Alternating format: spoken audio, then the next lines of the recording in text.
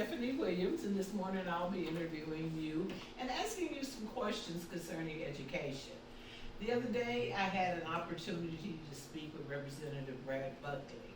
I'm actually an advocate for children with education, through education. I've been advocating for children for over 38 years in this area and across the state of Texas. Matter of fact, I'm a trainer for educators, students, and actually their parents. And over the years, I have saw a lot of things happen in the educational setting. And so as a candidate running for District 54, it is my pleasure to be able to talk with you. And the questions that I will be asking you are the same questions that I asked Mr. Brad Buckley, except one question. And that question is a question something that you are running on. And so I want to make sure that I'm clear on that. You are a native Texan. Yes, ma'am. You grew up in Killeen. Yes, ma'am. Where did you go to school? So, one stint, I went to Union Grove for Okay. 2 years in Harker Heights, and I graduated from Killeen High School in 2012.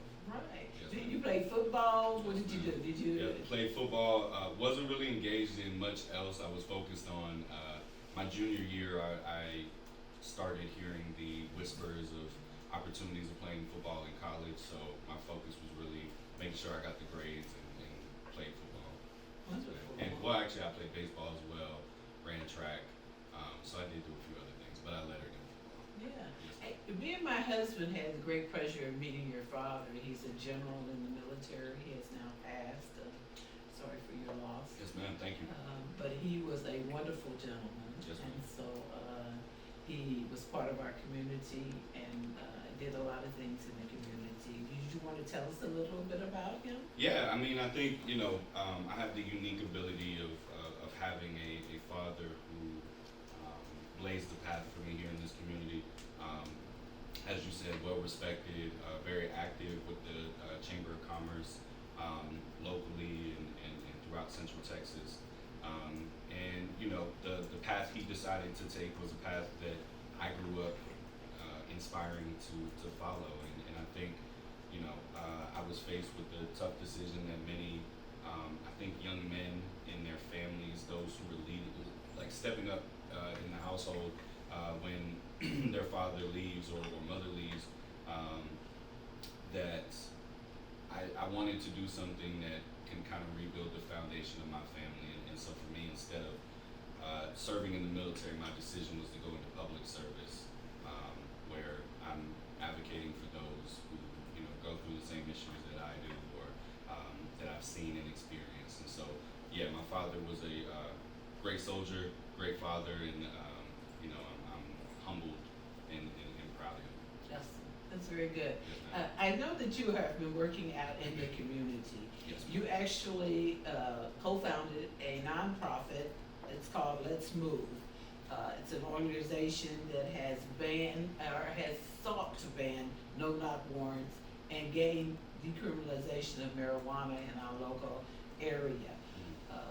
How do you see that working out? How do you see that coming to fruition? Yeah, so I want to just back up just a little bit on Let's Move. Let's Move was founded around local activism, really inspiring and engaging in conversations with our local government,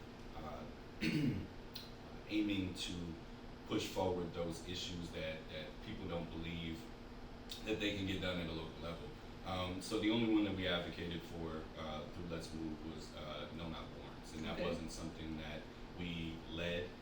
We followed the many footsteps of Marvin Guy and his family, the Reed family, and we just tried to do our best to fill the gaps where we could. And so in no way do we take credit for ending no-knock warrants. We had a very, what's the word? Our city council was able to make some decisions that past city councils wouldn't, and so we had a city council that was willing to do that. And so on that end, on the decriminalization end. So let me go back. Yeah. So on the no-knock warrant, they were able to get that done. Yes, ma'am. They got it Absolutely. done about a year ago. Yeah. Very proud moment, I think, for a lot of people, and it's shown to be a responsible decision, as you know, as city council said, as local activists said, you know, and we, to my recollection, we've not had another, fatal no-knock warrant in this community, nor no-knock warrant by our Cleveland Police Department, and we hope that that relieves some of the focus that they had on no-knock warrants and that investigation process, and hopefully redistributed some funds to more detective work. Right. And I remember seeing you out there, and I saw you speaking on no-knock warrants, and so I know that you kind of backed out a little bit on that. You didn't have it seemed like you were saying you didn't have a lot to do with that, but I believe that you did have a lot to do with that. And I think that your organization did some wonderful work on the no-knock warrant, even though there were a lot of other organizations out there asking for the same. I appreciate you doing that. I remember the cases that you speak of. Those cases were heartwarming cases, and I really, really was saddened by how they all happened. So we appreciate you, and we applaud you and your organizations and all organizations that went out there and asked for the no-knock warrants to be banned. Yeah, it was a great time. Sorry, it was a great time in the community. Through 2019, it really got kicked off. Right. 2020 and into 2021. I mean, I don't think we've seen collaboration from organizations at that level. We got so much done as a community, and again, hats off to our council and our local government, and those activists in the community who, were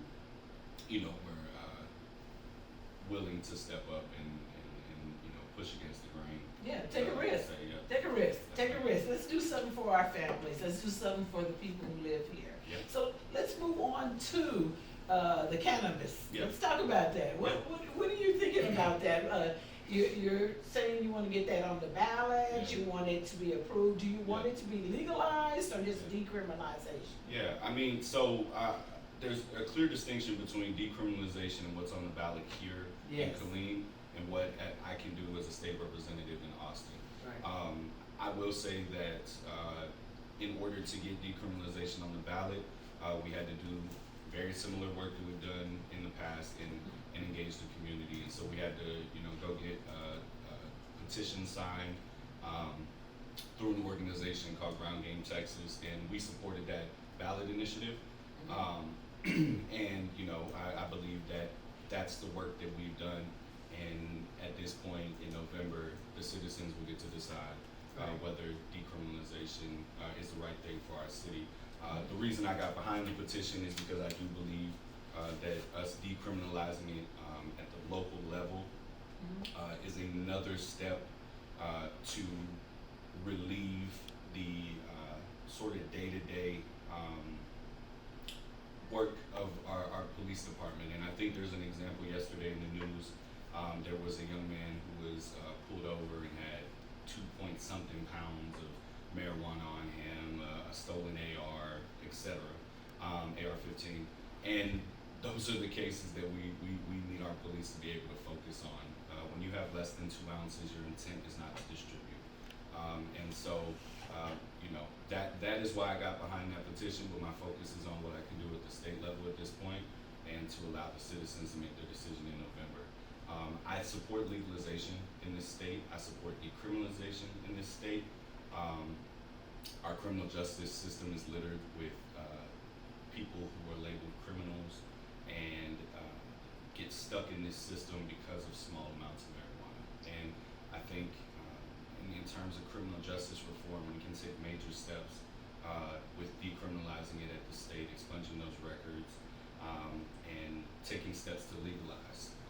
We need to have a real conversation about our local economy and what jobs are here in our community, in our district, that allow people like myself who went to achieve a college degree to come back home to not have any jobs in my degree. Especially right now with all the conversations with student loan relief, a lot of the blame is being pushed at people are going to go get their college degrees and they're not working in the field in which they got a degree in. Well, we need jobs in those fields, and so we have the opportunity to really ignite our economy locally. I do believe that federally it's going to be legalized in our lifetime, and why not get ahead of it and continue to lead this country as we say in so many other aspects in the state of Texas.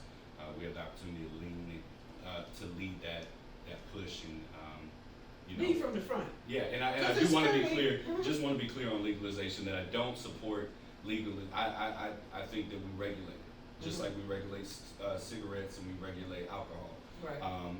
If there is, and this is a common argument between the two parties, that there is a certain age in which it's healthy or it's okay for an adult to smoke. Well, then let's legalize it at that level. Right. Let's legalize it if it's 24. Let's legalize it at 24. And do what we've done with alcohol and cigarettes and move the age as we see, health concerns, continue. And I think there's a deeper racial issue in marijuana and everything that's going on. But yeah, I would agree. Yes, the thing is, 19 states have already legalized marijuana. 27 states have decriminalized it. right. And so they have put into place some of the things that you speak of. Like maybe you would just do some community time if you were caught with it, or maybe you would do short spans of, I think what we call is I don't want to say parole, but Right. just but it is, it's Yeah. parole. Yeah. So you would not serve any jail time. Right. And so Probation. yeah, that's what we're kind of looking for. Yeah. So I think we got Rhode Island is in here, South Dakota is in here.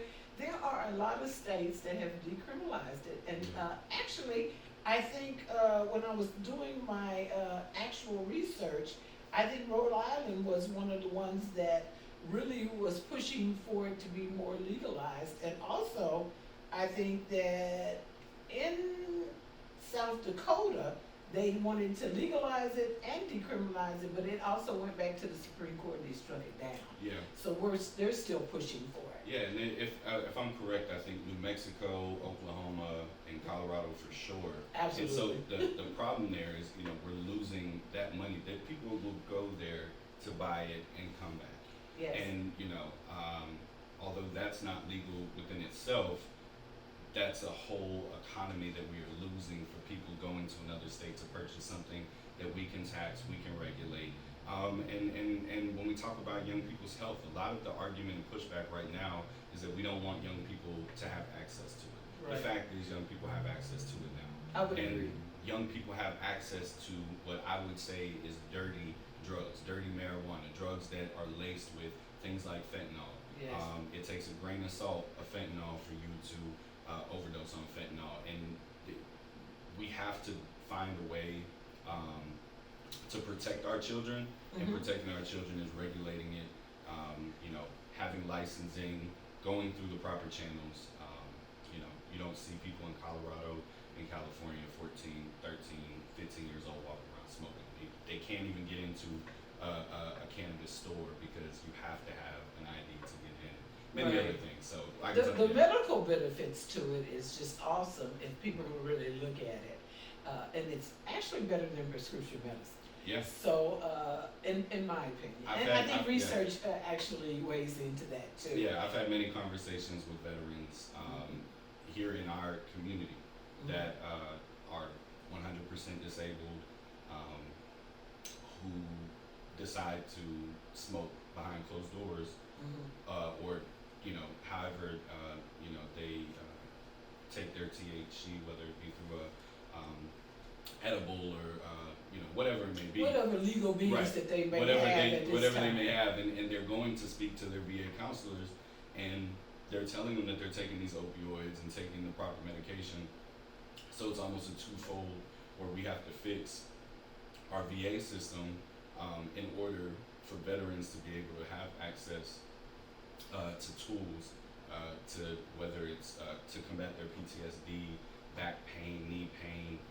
Pretty much whatever it may everybody, be. cancer. Right. People that have cancer are utilizing it. Right. I think that's a good start. Thanks. So let me talk about this. Students of color and students with disabilities are at a higher risk of disciplinary actions and removals And this decreases their chances of graduating and increases their chances of entering the juvenile justice and criminal justice system. Right. So what are some of the solutions to the school to prison pipeline that currently exists? Right.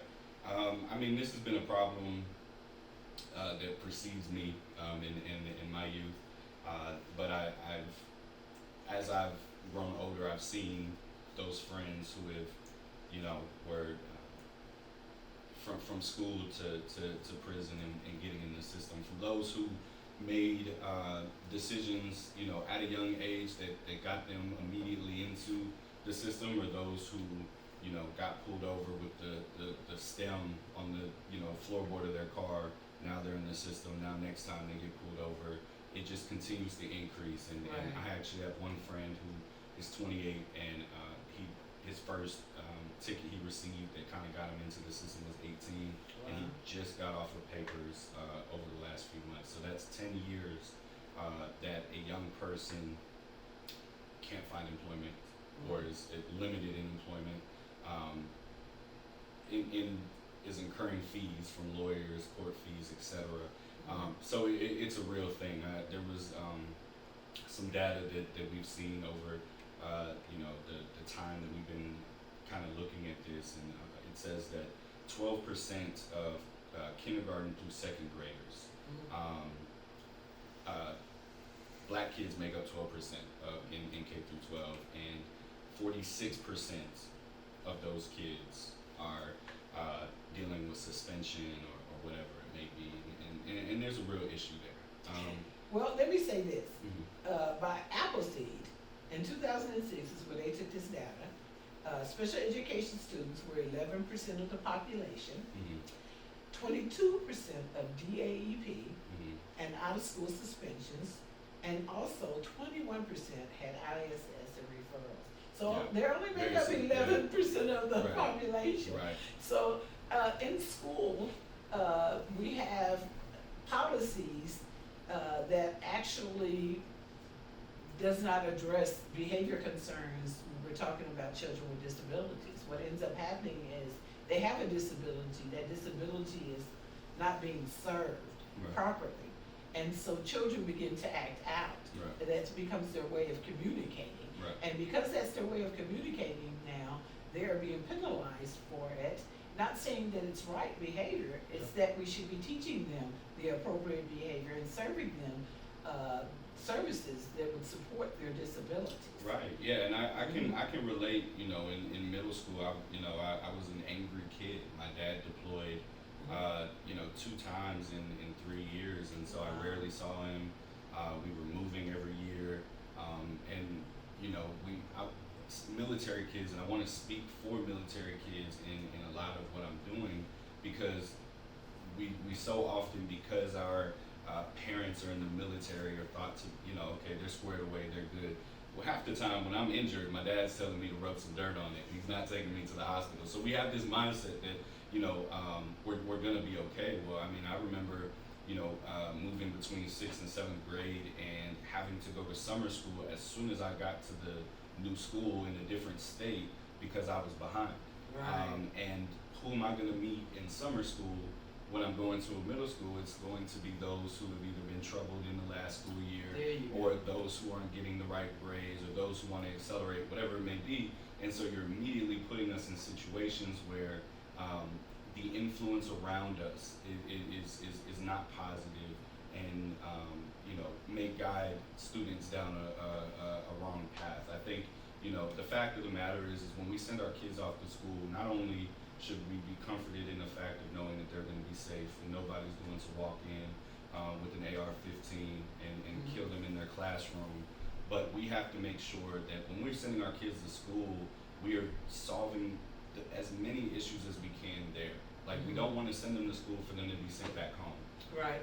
So what you said earlier, as I was growing up, I was always told association brings on assimilation, and assimilation brings on association.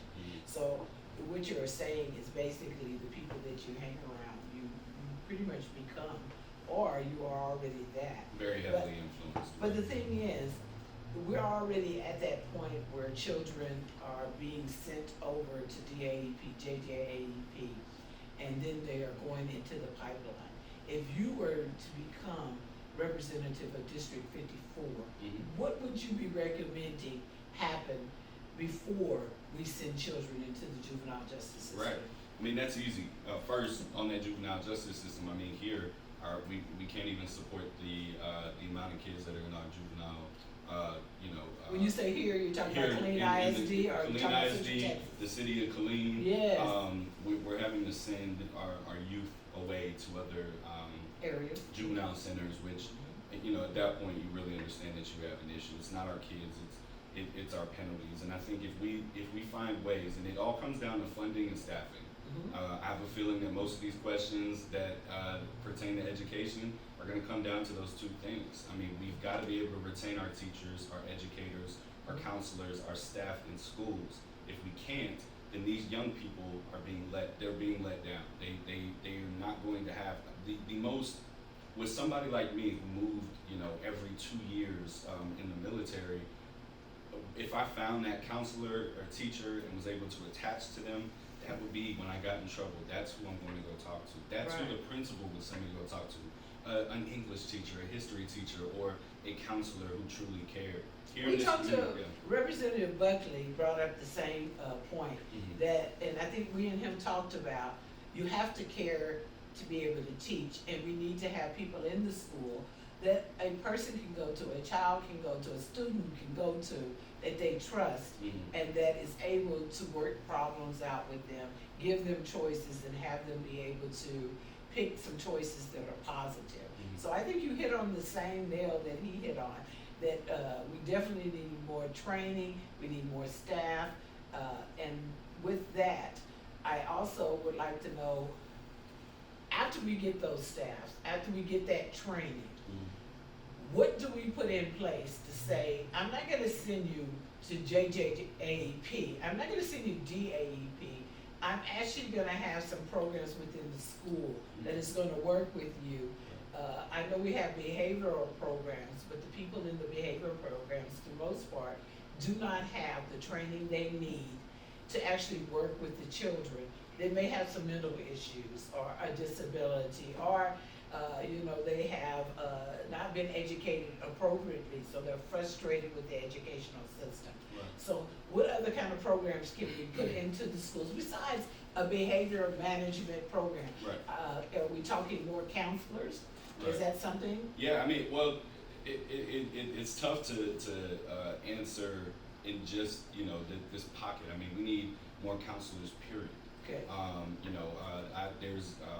I've spoke to so many educators and counselors over this election cycle, and the counselors specifically say that they're being overstretched. I mean, there's no reason why a counselor is on cafeteria duty.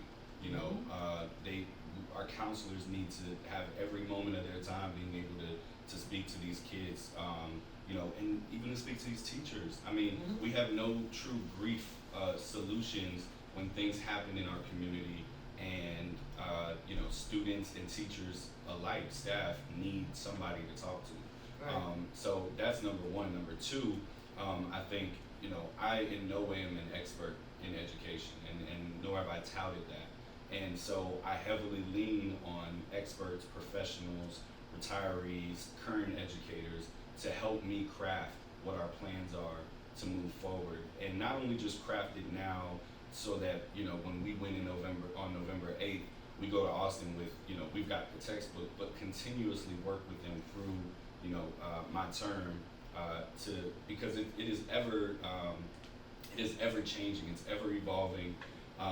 Education in the is. policy, right, and those are the conversations we need to have. Last point is that, we can agree, and we can sit here and we can talk about, all of the great ideas and great thoughts that, why, having great teachers, etc. But if we're not going to Austin and advocating and funding and creating funding, the fact of the matter is that the current representative has been on the Public Education Committee for 2 terms, and what have we truly seen in our school district? Our school districts are being funded at 30% in the state.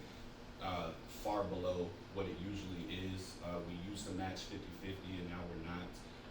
We're seeing the GOP, the conservatives, move further towards privatizing our education system. That would be extremely detrimental to our young people, to our low and middle income families who can't afford to send them to a private school. And so we need to protect our public schools. And if that means, crazy budgets, then that's what we're gonna do. I mean, we have the money in the state of Texas. So let me add to that. Not only is it detrimental to our children, but let me say this. You said that they couldn't afford it. Even if they did a ticket and they funded you to go to school, it would actually give private schools a chance to pick who they would like to come and attend their schools. So children who were lacking the skills, children with disabilities, children that are awkward or unwanted, per se, are not going to be able to enter those schools because they get to pick and choose who they take a ticket and from. I'll take it even further. Children who are black and brown. I mean, absolutely. When you look at private schools now, I mean, they're picking already. Yes. So when you have an excess, it's not going to change. Look at Harvard. Look at Harvard as a private school. Right. Harvard has less than 5% minority community in terms of black and brown. Okay. You look at an HBC, and I want to tie it into loans. A very, very small percentage of Harvard students have a problem paying off their loans. When you look at a normal public university, you see more of a balance. When you go to an HBCU, 80% of the students that go to an HBCU, a historically black college or university, have to rely on loans to get through school. Right. Less than 5% have to rely on at a private school like Harvard. And I'm making a comparison on a so college again, level. just to close this out, the question was, what are some solutions to the school to pipeline that currently exists? So your solutions to that would be we get more people in here, we get more health providers, mental health providers in here, and we get more funding. We've got to be able to fund our schools. We've got to be able to fund the programs, because I do agree in what you said in terms of programs. I think implementing intervention programs that have steps to keep our students from going there, because once you go there, you are no longer learning. You are now a ward of the state. Yes. We need the best we can. I mean, we can draw our line in the sand of saying this is too much, but I think there's a lot to go to get up to that line. I agree. So let me ask you this. Parents and educators have been sounding the alarm about systematic issues for years concerning the lack of evaluations, services, supports, and resources for children with special needs. Right. Okay? So what solutions do you have for the special education crisis in our state? So the state of Texas has failed to meet federal standards in special education for years. Absolutely. And so the first thing that we would do is, make sure that we are clawing our way up to meet those standards. And those fall back to funding and staffing as well. Yeah, IDEA has never been fully funded. Right. Never. Right. And Mr. Buckley, Representative Buckley had mentioned that they had gave more money this year for education, but those funds were not targeted for special education children. Right. And so if they're not targeted funds, we run into that same problem of not providing resources, supports, and services for these children. Well, you have my word here that I'll fully advocate for the fully funding of those programs. I think because special needs and disabilities is such a wide net. There are so many people that fall into that. And even at this point, I mean, if we, students today, the things that they deal with, I mean, I'm sure they all have a form of PTSD. Yes. And so we have a large public education overhaul, and part of that is fully funding a program such as that. Great. When it comes to Killeen ISD specifically, what do you see as the main special education concerns or challenges? And you can speak to the regular education and special education. Yeah, I would tell you that I couldn't answer what specifically is affecting us in KISD on special education, and even on, public education. I just know what teachers are telling me. And teachers are telling me that they're drained, they're overworked, they're not getting paid enough. Retirees are telling me that, it's tough for them to live off of the check that they're getting for benefits. So expanding the COLA benefits is a real, important thing for me. But I think our public system, and I can emphasize it, so much. While conservatives are fighting to privatize, we need to fight to a large overhaul in public education. Teachers are under the teacher retirement system, and that system, they don't pay into, I guess, our funding Social Security, so they don't receive those fundings, correct? Yeah. And so we would need to beef up those funds in order for them to live a better life. Yeah. And I don't see that anybody's talking about that. Yeah. I do see that when I'm talking about special education or education period, that the top tier of students, that you pretty much just have to direct teach and move on from, are being highly successful. Right. Children that require more, which I would mean maybe some one-on-one teaching, or maybe some more teaching as far as getting them to understand the curriculum that they're being taught, are actually losing the battle of education. Yeah, well, even on top of that, I mean, you're adding also in STAR testing, which pulls them away from normal curriculum. We have a question on that in a little bit, well, so I'll go deeper into that. We're definitely going to go to that. Yeah. So in KISD, they have not at times been fully following the regulations under IDEA and the federal, which is the federal guidelines, or TEA. We have a case that has been in the news for probably about a year or so, if not more, where a child actually was wanting to get services, or a parent was wanting to get services for their child. They did not receive those services. They moved to another district and got those services. They actually went from there and filed against the district, and most people think it's called due process. They filed due process, and now I think there are cases up at Fifth Circuit Court. TEA said that the school district did not follow the regulation, but then the hearing officer came back and said, yes, they did. Right.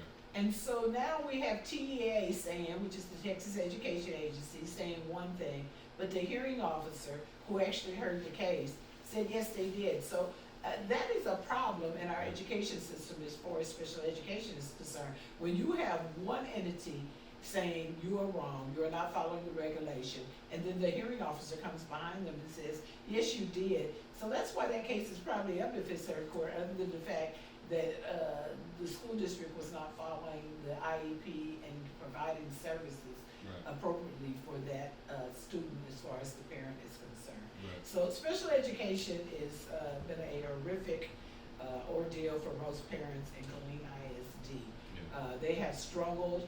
I hear them constantly talking about their battles with trying to gain services, and services are very hard to get because of funding, as you have said. Yeah. Monies are not there. People are not being trained. So many local families have reported that they are not happy with the special education services provided by KISD, and the district is frequently dropping the ball when it comes to providing the proper services. What do you say to those families? What is your feeling about that? What do you think would help those families feel a little bit better about them not receiving the services and how the school treats them in this area? I mean, I think what I would tell them is that you're not wrong in feeling how you feel. Fact of the matter is, at least here in this, I can only speak, running for state representative, I can speak for this district. Right. And, how I would advocate for this district. And the fact of the matter is, Bell County itself has not had a Democrat elected since 1996. Leighton Black, great gentleman. But the fact of the matter is Republicans have been in power through all of this. In the state, they've been in power for over 2 decades, and things aren't getting fixed with them. What I would tell them is that I truly believe that a Democratic majority in the State House of Representatives is important.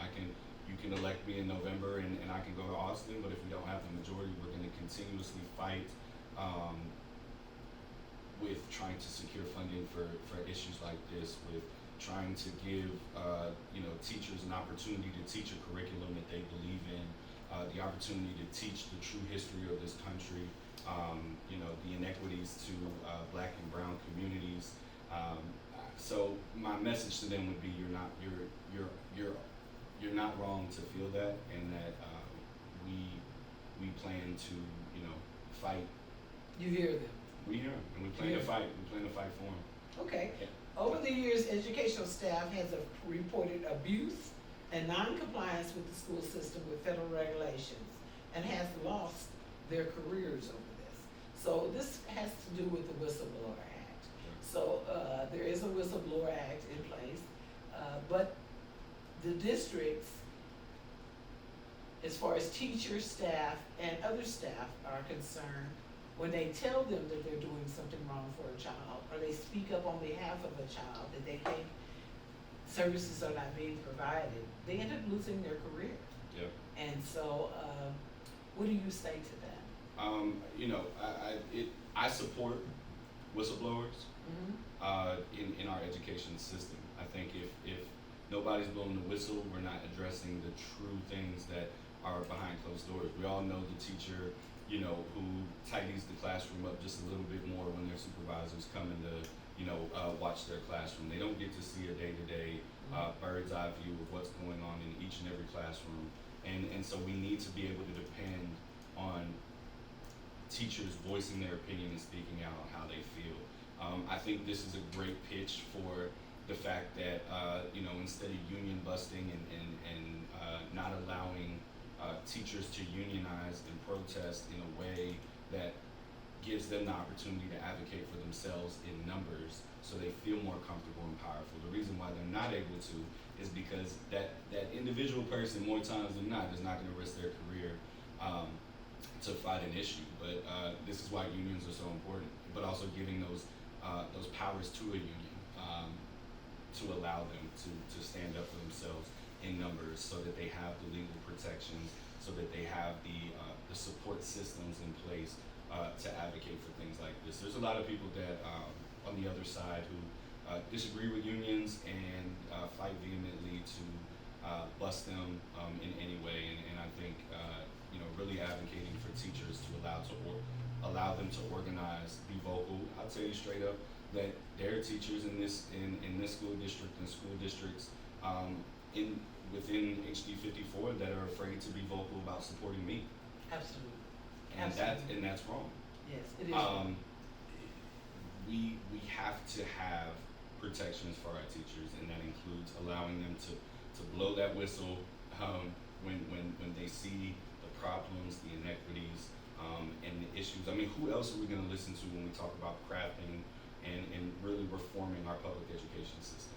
Okay, so let me say this. I actually have, me and Ms. Land Carter have actually looked over the Whistleblower Act that was currently in place, and we have developed a new Whistleblower Act. The candidate you are running against, Representative Buckley, has agreed to look at that, take a look at what we have developed. And I would like to ask you, if you was to get into office, would you be willing to take a look at that? Of course, 100%. I think even more, we need a statewide whistleblower act, because if you, and I'm not sure how far you and Ms. Carter went into looking at different districts, but they changed per district. Mm-hmm. There's not one blanket whistleblower act on how teachers are able to go about this. So it is, and you can probably agree in its wording and its definition, it is difficult to understand. Right. Your protections and your abilities in that. So I wouldn't see passing a statewide whistleblower act for educators as being hurtful. Yeah, well, we already have a federal Right. Whistleblower Act in place, but I would like to shore that up. Yep. And especially in the state of Texas here. We'll So I love thank you. we'll love to take a look at it. Okay, so let me ask you this. What is your stance on mandatory state assessments like STAR testing? I don't support the STAR test. I would fight to find a different form of testing for our students, a benchmark. Number one, I was a tax test student here in this state, and one of the difficulties that I faced as a student who moved every 2 years was the needle that moved in benchmark tests in different states. Right. I would move to Virginia and I'd be behind. I'd move back to Texas and I'm ahead. I'd move to Pennsylvania and I'm even more ahead. Like it would change for me every 2 years, and it does for every other student that's in the military and military dependents. We rely too heavily on this test to rank our teachers, to Rank our students. rank our students, Yeah. for salaries. You know, these and the results come out far too late for it to even transfer to, you don't get the results to the mid, next year of, the school year that you've moved on from. So excuse me. I don't believe that the STAR test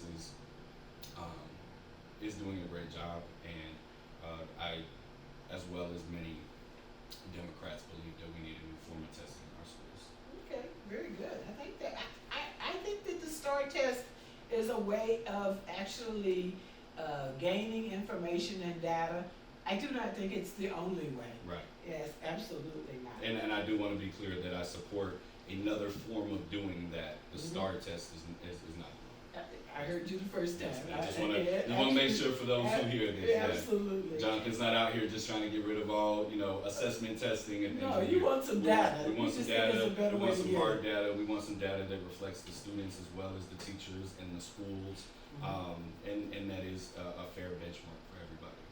So, you speak of military. Mhm. So there is the belief that impact aid funds should be allocated to assist only military connected students. What is your stance on that? I mean, if it's federal funds, I do believe that because impact aid is coming from the federal government. But it also, impact aid is for children that are on the reservations or Mhm. on a military installation, and it's in lieu of taxes. Right. So, when you talk about that, again, what is your Right. stance? Well, so I think in this case, and I need to do more research on it. I do know that when there's federal funding promised to school districts, and I know I believe that here in this district and districts surrounding us have been late receiving these funds. I support and will fight for a more expedited way of us getting that funding because this funding is so important. Number two, especially in our case, and again, that's why I would say I need to look at it a bit more. Our students, majority of our students on Fort Hood are KISD students, so that money is still, staying here in our district. I would have to see some more cases to kind of understand a little bit better about how that funding, would affect if we expanded it to more kids under an umbrella, and how much that dollar, whatever money that each student is getting in terms of these military students, is affecting our school district in a positive and negative way. Yeah. But I would lean on experts Yeah. in that. Currently, the money can be used any way it wants to be utilized. Well, I support any federal funding that we have access to in this state, investing in our schools. I mean, that's another way to invest in our schools, our students, our educators, and So, do you believe it should be targeted to military students if it comes from them? Or do you believe that it should be used for the whole community, or the whole ISD? if impact aid currently, I would have to look at the program. So Okay, I don't you have need to do more research. I don't have a yes or no answer for you, but I can tell you that the way I will look at it is what programs are everyday students, people in the community getting compared to what the impact aid funding is. If I can look at that and see that there's a common disadvantage that just the everyday student has, then I want to balance those funds and make sure that every student is getting an equal amount where they're going to school. Okay, so let's move on to the next question. Systematic racism is embedded in our schools, has long held students of color back, causing them to fall behind in statistics. What changes, solutions, recommendations would you give regarding students of color failing in the academic environment? Well, I think the easiest answer for me when I first hear that is teaching our students of color their history. Yes. I think when you know your history, Yes. you are able to make decisions based off what your ancestors and those before you have We're done. trying to strip that out of schools. We have stripped it out of Yeah, schools. it's crazy. And It's we, like, what? yeah. So number one would be making sure that we are teaching. We are getting rid of these buzzwords like CRT. You know, that I would ask any conservative that I'm sitting in front of, what's the definition of it? Yes. And more times than not, it won't be right because we've allowed it to create its own legs and be something of a scare tactic. The taking things out of textbooks like women's suffrage and the union advocacy of Cesar Chavez and something probably the most prolific document and speech of you know Black of Wall a Street. century. It's like, I mean, come on, letter put it in from there. letter from Birmingham Yes. jail by Martin Luther King. I mean, Yes. these are things that don't teach reverse racism or whatever their craft is. It's educating everybody in a community as diverse as ours to Yes. understand the fights and the rings of the ladder that people have had to go up to get to where we're at today. Right. And I think that is extremely important. And you know, the first thing I'm going to do is make sure that in our schools we are teaching all of our history the correct way. Everybody's history. Yeah. Yeah. Throw it in the pot. Let's learn. Yeah, there are many inequities in black and brown and students in schools, and those need to be addressed. I think when we when we go back to school to prison pipeline, and we recraft, our forms of punishment, Consequences. Right. We shouldn't be in the business of punishing children. We should be in the business of teaching. Yeah. If you're teaching them, then Right. you're providing them consequences. Right. When you were talking about punishing them, you're talking about hurting them. Why would Right. we want to hurt children? I Right. don't get that. Yeah. I really don't. But our children of color are failing miserably Yeah. in education. Yeah. And I have yet to hear anyone state what we can do in order for them to move forward. And I think a start is what you said. Mm-hmm. Let us learn the history Right. of our country, of our state. Yeah. Don't take things out, put it back in. Let it be the way it was, the way it is. Let us learn from that and let's move forward. And let's see where the deficits are. Let's fill those deficits in. Yeah. And then our children of all colors Yeah. can be educated. I want to tell a story real quick about when I was at Union Grove. For those who don't know, I'm biracial. I'm black and white. Mm-hmm. At Union Grove during Black History Month, my history teacher put on a sort of a play. Well, the plan was to put on a play. We never ended up doing it about Black history, African American history, and so I was the lightest person in my classroom, and so I became the bus driver on the bus with Rosa Parks, Okay. and sitting in the front of the bus. And for me at that time, it was a challenging time of my life understanding my identity. Right. And so I was so upset that I was the school bus driver. But as I look back at the time, that was just my mindset. But as I look back, I got a different view of the true inequities of our ancestors Right. prior to us. And I think being able to have the conversation, that was the one time I sat in a room and felt uncomfortable talking about history. Wow. But after that, I'm a history minor in college. I fell in love with history and, the knowledge that is there, because our history, in order for us to continue to grow and continue to, pursue, us being a more perfect union, we have to understand our history, or we will go back And repeat it. and repeat it again. And so, it's our black and brown students, we've got to do better. We've got to do better for them. We've got to do better for all students. But in every room that I sit in, I will be an advocate for those black and brown students as well as every other student. But we need a voice. We need advocacy to take those steps in reforming our education system. I would like them to take the data that they currently have of the students that have been failing over the last few years and actually do some testing on just them. Yeah. Look at that data, look where they are lacking in, and give them some supports in those areas to bring them up to par with other students. I mean, we could look at just the last 2 years and how the state reacted to COVID. Yes. And how we have decided in the last school year and this new school year how we're going to bring these students up to date, because nobody was held back, everybody was passed forward. I had friends that, were told, friends that are educators that were told, whether they come to the Zoom class or not, pass them, because we don't, we give them the credits. And so, I would be very interested to see that. And so if that's the case, then we need to reinvest, and find ways to bring our students up to date, where the STAR test is not educating them, it's testing them. But if we put so much energy into one test, how much time are they truly getting to teach their curriculum?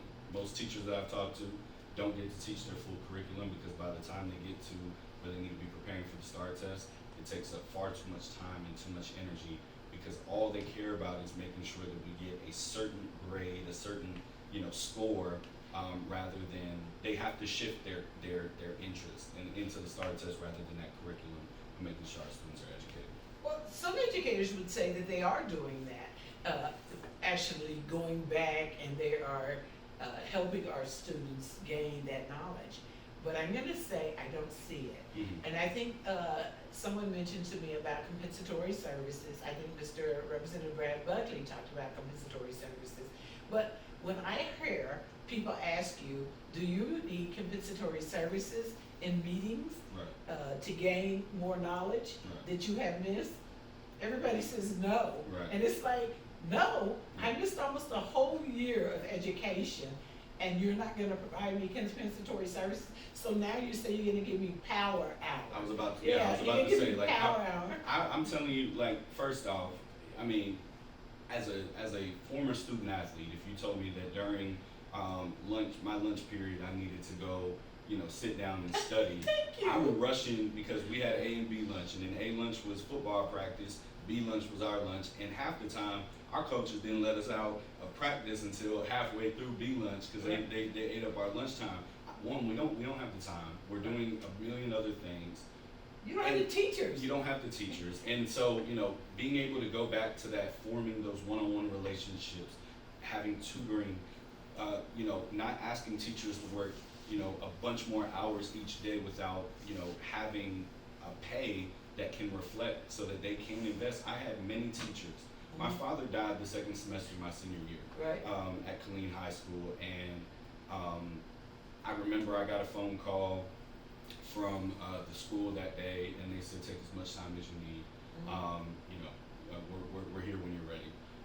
As I said, being the oldest boy in the house, my job was to step up and be the man of the house, and so that required me to fly to Dover, Delaware to receive his casket, to have conversations with Arlington National Cemetery about having him buried, and then traveling out there to bury him. There were a lot of requirements, and I remember going back to school, and my principal at the time, I won't say his name to protect him looking like how bad it sounds, is when I came back, first off I came back and they sent me home. They said, you're not ready to be back yet. I just was not emotionally ready.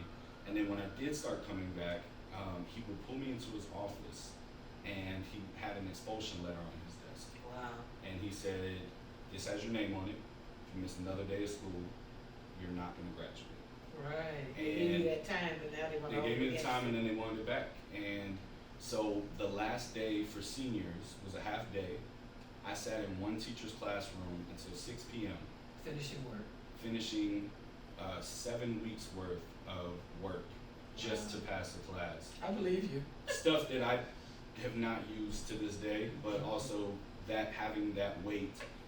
I mean, my family flew out here, and I didn't know that I was walking for graduation until the day before graduation. But the other thing is you did not get any direct teach on that. No, that it was just Yes. answer as much as you can and get it turned in, and those, so, and that's a unique case. But we need to address that case because we live in a military community, Right. and so it happens more times than not. And we need to have a pathway, protections, and it goes back to funding and staffing. Right. Yes, And ma'am. with that, in most school districts across Texas, there is little to no direct access to mental health services. Right. School counselors are limited in their scope, Mhm. utilized as backup administrators or meeting attendees, and they have little time for assisting with the mental health crisis in our schools. 500,000 students go without mental health services in our schools. They need help. Yep. So how do we provide that help for them? I understand throughout our conversation, you have talked about more staffing, more money. Yeah. I've talked about training. Yeah. But it seems like we are not bringing mental health professionals Yeah.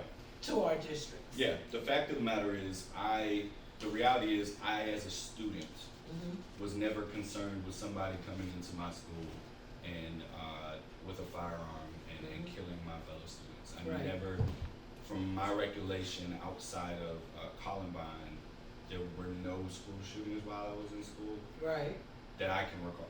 right. And That was so, a big one though. you're That was right. a No, big very big. That was prior Mhm. to me being in Mhm. school, but that was, with that, my issues were different than the students face today. Mhm. These kids have access to social media, which shows them, what's actually happening in these schools and creates a bigger fear, bigger PTSD. And we have to have the people in place at all times.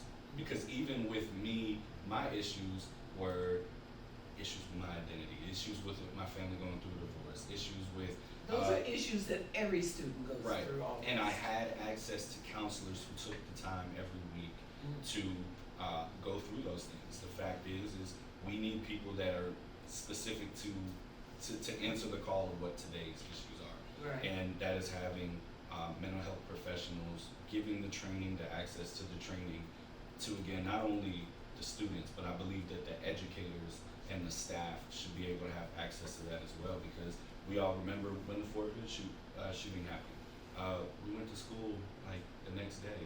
Yes. My And we husband didn't was talk about actually, my husband was at the SRP site. Yeah. He actually worked there. Yeah. So he was actually doing some things to help in that situation. Yeah. And he's had flashbacks from those moments Yeah. since it happened. Yeah. So he's an adult, Yeah. and we're talking about children. Well, these children are going to become adults, and if we don't address these issues, Yes. we continue to, again, it's the rhetoric that is spewed of this is a soft generation, and no, this Right. generation is damaged, Yeah. and we can point the finger at ourselves, we can point the finger at upbringings, whatever it may be, but the fact of the matter is most of the trauma is happening in our schools. Yeah. Well, most of the trauma has happened in our world too. Right. But the thing is, for every child that we say is damaged, I don't like to use that word, Right. but Yeah. if we say, then there is an adult that did the damage. Yeah. Yeah. Children were not born damaged. No. So That's- with that said, over the past year, Clean ISD has been reluctant or shown limited cooperation to release dozens of internal investigative reports that detail thefts, Mm-hmm. assaults, Mm-hmm. drug dealing, Mm-hmm. and a wide range of employee misconduct that occurs reported in the Clean school system to media outlets such as the Clean Daily Herald. So all of these things are happening within our school district with the personnel, the school personnel. Right. And so these are the people who are actually teaching our children. Right. The Clean Daily Herald has asked for copies of those investigations, Mm-hmm. and they have received some very, very slowly. Mm-hmm. From what I have saw, sometimes pages all the way blacked out. It's like how do you black out a whole page? Right. I understand you redacting names, Right. but for you to black out a whole page, Right. what does that mean? Right. Do you not want to be transparent with the public? Right. And so, what do you think about that? Do you think Yeah. they should be transparent with the public and the Clean Daily Herald? 100%. I mean, transparency is key. We're paying for our students to go to these schools, Right. and it's an investment in the money that they're receiving is our taxes, and, Yes. and so I believe transparency is key. I've followed the story, not to the extent of the most recent updates, but I know that KDH has been, bumping heads with with the school district for transparency. There should not be a lack of transparency, because as I'm sitting here talking as your next state representative, if I'm not transparent, there's an issue. Right. If parents and local community investors in our public education system can't get what's going on in our schools and be able to help try and address these things and advocate for them, we cannot reform our education system. And so transparency is a big thing. I will look more into that and look at how it can be combated in the state to make sure that there is transparency on all levels. I plan and am a very transparent individual running for office. I think if I'm not transparent, then there's an issue. I think there are transparency issues with where we are at right now with representation. And so, it all comes down to transparency. I vehemently disagree with the battles that KDH has had to go through to get this information. I wonder if a parent tried to do the same thing. Are those all the hoops that you're going to make a parent go through to find out some information? Because this is public information. Absolutely. Right. I can say that for myself, that I have asked over the years for documentation, and I have had to jump through hoops. Yes. I do get the information though. Yeah. I'm happy for that, so thank you for that. Mm-hmm. But I am not a regular quote unquote parent. I'm Right. actually an advocate. Right. So I know how to go through the system. Mhm. I know how to get what I need to get from the system, and Right. most parents do not. Right. I think that the documents that Clean Daily Herald have gotten to this point are great. I think that there are deeper issues, and those documents are not being released, and I would like to see those documents released. Right. Would you support those documents being released if you were our district representative? Right. I think I don't want to answer without understanding where we're at in legality. Right. If there's still cases out about this, I know that there's certain stuff that they can't talk about. If there is no such thing, I fully support the If it's access. legal, release it. If it's legal, release it. That's a great way to put it. That's good. Yes, That's ma'am. good. That's really great. I appreciate that. Yes, ma'am. And that was our last question. So, do you have any closing thoughts? I have a lot. Okay. No, I We think don't have much time now, no, but I I wanna hear think from you. no. I mean, I want to thank you for having this. It's at a great time when we just wrapped up with transparency. I mean, I think it's important that those who are running for office, those who are in office, are able to sit down and have these conversations with members of the community, whether it's one, whether it's 100 or more. I think it's truly important to have these conversations. With that, I'll make a promise now that when elected, we will hold frequent town halls throughout the district. We recognize that there are parts of this district that will probably not vote for me in November and may never vote for me, but their community is just important as the community that I come from. And so my goal is to bridge our communities and, represent everybody, Democrat, Republican, Independent. I'm running as a Democrat, but I'm running to represent everybody in this district.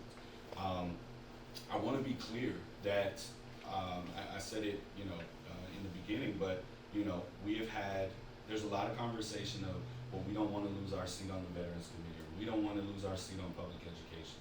What has been done to date for us there? I've had people that have said to me that we would have been better off without representation on the Public Education Committee, because that's one less vote towards the extreme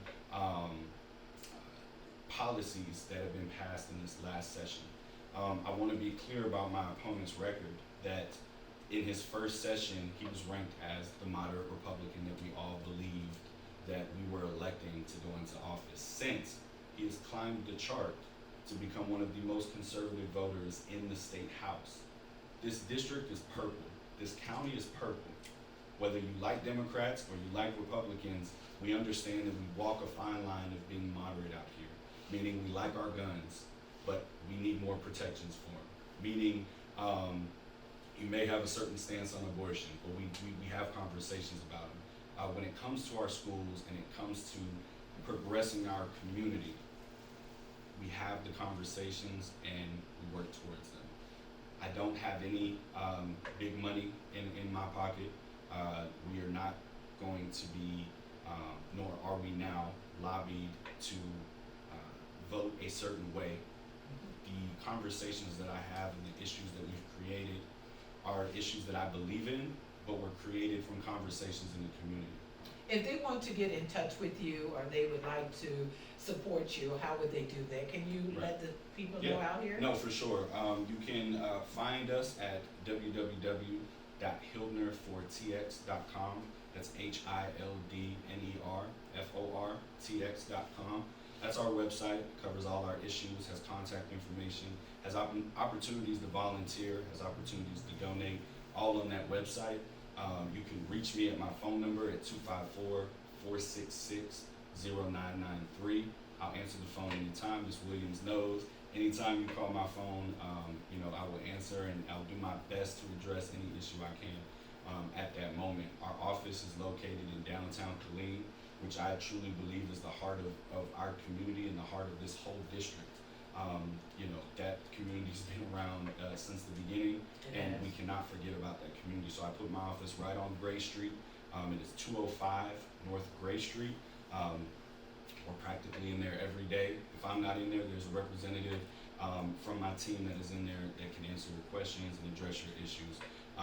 This election is extremely important. We see it at a national level and we see it at a state level. This is a decision of whether we vote what we care about and the issues we care about, or who we like. Who we like has not been voting for what we care about. I promise I'm as likable. Y'all just have to give me an opportunity. I'm very humbled and honored to be the youngest Democratic nominee that we've had in this district ever. The opportunity to be the first man of color, to bring representation to those who have been underrepresented for so long, and bring representation to everybody. But that's a big thing. We appreciate that. So in closing, I would like to thank Ms. Melissa Brown, the Killeen Daily Herald, Mr. John Sanders, and I would also like to thank Align Realtors. They have classes, seminars here for free. If you would like to attend, they're on 2710 South Clear Creek. They have allowed us to utilize their business to have these interviews. I thank you, sir, for allowing me to have the discussion with you and ask you these questions. Hopefully, the interviews with Mr. Representative Buckley and you, Mr. Hildner, will do the community well and give them a lot of information in order to them to make great decisions coming forward. And I look forward to seeing you. Don't want to cut you off, but the election is November 8th. Thank you. Early vote starts October 24th. Your deadline to register to vote is October 11th. So make sure you get registered to vote. Please register. Yeah, please register to vote, and make sure you get out there. If we haven't spoken to you yet, we'll get to you. There's a lot of people out here that we have conversations and plans to get in front of their door and turn them out. But the most important thing for me, especially in our community, is making sure that people are going to vote. I don't care who you vote for. Use your power that you have in this democracy to go vote on October 24th or November 8th. Absolutely. Sorry about that. Thank you, and thank you to the public. Y'all have a wonderful day.